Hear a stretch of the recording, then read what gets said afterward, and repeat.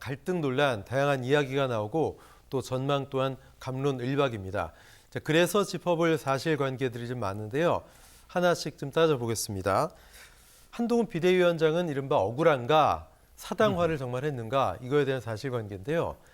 원희룡 계양을, 김경률 마포을, 소위 사천 공천, 전략공천 논란이 있었죠. 자, 이철규 인재영입 위원장 또 윤재혁 원내대표 등 핵심 지도부와 사전 논의가 있었다. 네. 그렇기 때문에 사천 논란이 억울하다 이런 얘기가 나왔는데 어떻게 좀 보십니까? 뭐 저도 이건 좀 억울한 면이 있다고 생각합니다. 두 가지 지점에서인데요. 첫 번째로 원희룡 계양을 그다음 김경률 마포울이지 않습니까?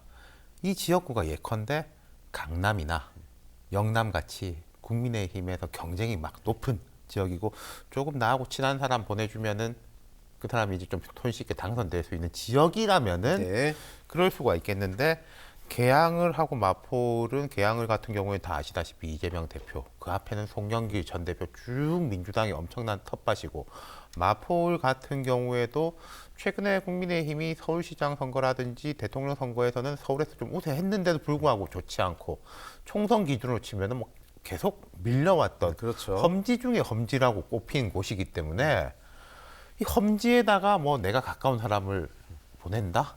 이 전제 자체가 조금 성립하지 않는 면이 있는 거죠. 그러니까 이걸 좀 핑계 삼은 거 아닌가 이런 것도 있고 근데 그 부분에 대해서 계속 뭐 압박이랄까 공격이 들어오니까 한동훈 위원장 측에서 그 이야기를 한 거지 않습니까? 방금 앵커 말씀하신 대로 네. 무슨 소리냐? 인재영입 위원장, 원내대표, 공관위 관계자, 사무총장까지 전날 다 상의했고 다들 좋다.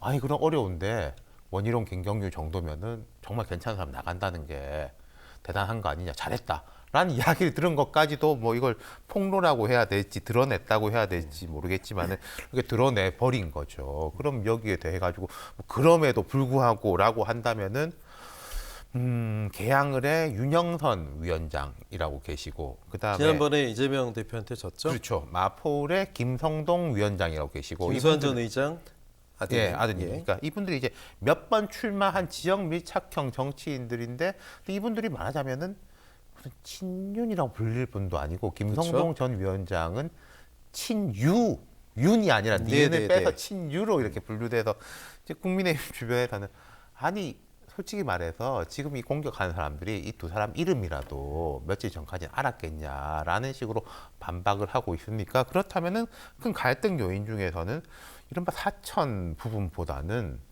이제 김건희 여사 부분이 결국은 그게 본질적 문제 아니냐는 거죠. 네. 뭐 윤석열 대통령이 한동훈 비대위원장에게 단단히 뭐 때문에 화가 나서 진짜 사퇴를 촉구했느냐 이 부분인데 멘토라고 하는 이제는 멘토라고 부르지 말라 그랬죠. 신평 변호사는 한동훈 스스로 물러나는 게 바람직. 강성 지지층이 보내는 환호와 열성에 도취돼 나라의 지도자가 될 수 있다는 자기 암시가 강하게 걸린 거 아니냐.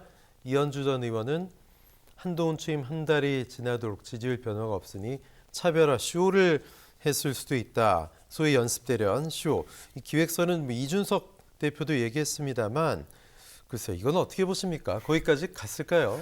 그러니까 민주당 김종민 의원이 어디 나와서 한 이야기가 만약에 이게 약속 대련이라면 정치 10단이다. 뭐 저도 약간 그렇게 공감합니다. 예. 그러니까 우리가 윤 대통령을 보면 이분이 정치 경험이 많지 않은 분이잖아요. 그리고 윤석열 대통령에 대해서는 그걸 장점이라고 생각하는 사람도 있고 단점이라고 생각하는 사람도 있는데 좀 뭐 우직하고 속에 있는 걸 별로 담아놓지 못하고 이렇게 좀 격정적으로 이야기하고 뭐 네. 그런 캐릭터라는 건 우리가 이제 다들 알지 않습니까?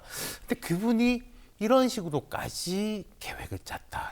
글쎄요. 저는 그 가능성은 낮아 보이고 다만 이런 건 있을 겁니다. 권력의 속성이라는 게 대통령이 있는 것이고 또 뭐 차기 혹은 선거를 이끌어야 되는 그렇다면은 민심에 좀 더 가까워져야 되는 사람하고의 그런 갈등이라는 것은 짜고 안 짜고를 떠나가지고 늘 구조적으로 존재할 수밖에 없는 갈등인 거죠. 그리고 이 결과가 어떻게 될지 모르겠습니다만은 지금 양쪽에서 특히 대통령실에서 강하게 밀어붙이다가 지금은 조금 이렇게 톤다운 시키는 분위기가 있고 또 국민의힘 주변을 보면은 뭐 대통령 편을 드는 사람도 있고 한 위원장 편을 드는 사람도 있지만은 이렇게 해가지고 만약에 뭐 신평 변호사 이야기처럼 한동훈 위원장을 내친다라면 선거를 치를 수 없다라는 데 대해서는 모두가 공감을 하고 있는 거거든요.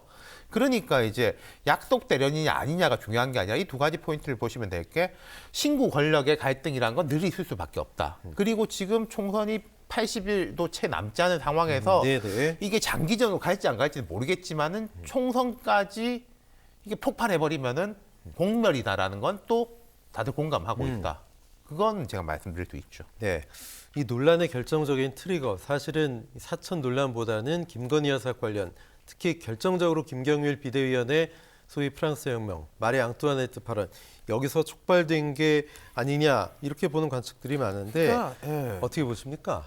김경률 비대위원이 여기 오자마자 쭉 그런 이야기를 했지 않습니까? 네. 그럼 마리 앙뚜아네트 이 발언은 제가 볼 때 조금 뭐 억울한 면이 있을 것 같긴 해요. 그 당시에도 이성적인 것보다 감성적 공격이 프랑스 대혁명 때도 이제 팍 이렇게 국민들을 자극했다. 그러니까 지금도 김건희 여사에 대해서 우리가 이성적으로 설명해봤자 감성적으로 공격이 들어오면은 방도가 없다라는 식인데 이 듣는 사람 입장에서는 기분이 좋은 단어는 아니기 때문에 그죠. 이렇게 돼 있는 거고. 그러니까 제가 늘 쓰는 표현 중에 이런 게 있는데 이 정치권에서 상당수의 사람들이 오해할 준비가 돼 있고 화낼 준비가 돼 있는 게 있는 거죠. 그러니까 이 부분에 대해서는 이제 오해할 준비가 돼 있다가 이제 오해를 하는 건데 뭐 마리 앙투아네트라는 이 단어를 말하지 않았다면 이런 일이 발생하지 않았을 건가? 저는 그건 생각이 조금 달라요. 시기 네. 문제, 뭐 조금 늦춰줄 수는 있었겠지만은 이 갈등은 어차피 벌어질 수밖에 없는 갈등이었던 거죠. 네.